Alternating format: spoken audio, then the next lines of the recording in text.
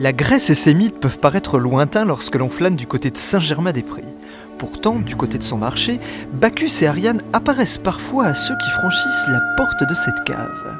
Bacchus et Ariane, c'est donc dans la mythologie gréco-romaine où Bacchus récupère Ariane sur l'île de Naxos qui a été abandonnée par Thésée.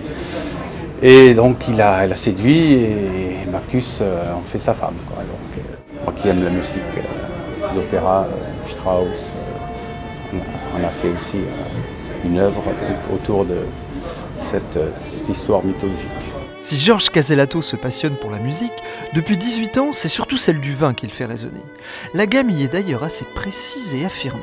C'est bien sûr la qualité du vin, mais derrière ça, l'expression du terroir, et aussi la façon de travailler qui est très importante aussi, parce qu'on tend plus maintenant à avoir des vins plus naturels possibles, donc moins de chimie à la vigne, moins de chimie à la vinification, et donc ça donne forcément des vins qui reflètent le terroir là où la vigne pousse, quoi.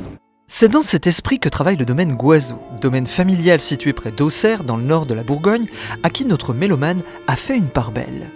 Depuis quelques années, Guylaine a repris le flambeau et part aussi sur cette philosophie de travail en biodynamie qui, chez eux, leur correspond bien parce qu'ils identifient très bien les vins à travers leur terroir grâce à ce travail qui leur permet d'avoir une expression vraiment typique de la région.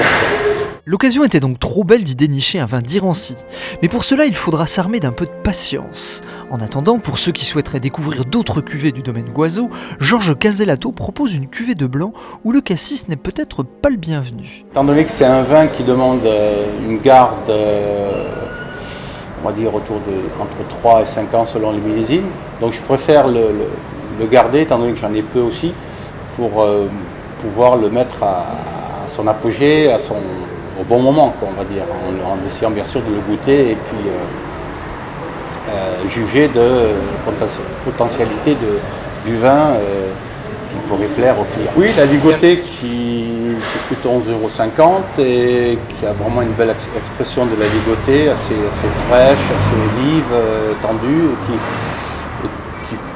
qui fait plaisir à l'apéritif, sans artifice, sans mettre de la crème de cassis dedans, qui masquerait donc ce petit joyau de vin blanc qui se boit très bien entre amis. Si la cave Bacchus et Ariane offre un large choix sur la Bourgogne, le Rhône, la Loire tout comme le Languedoc ne sont pas en reste, et près de 350 références sauront vous faire voyager à travers les vignobles. Peut-être même jusqu'en Grèce.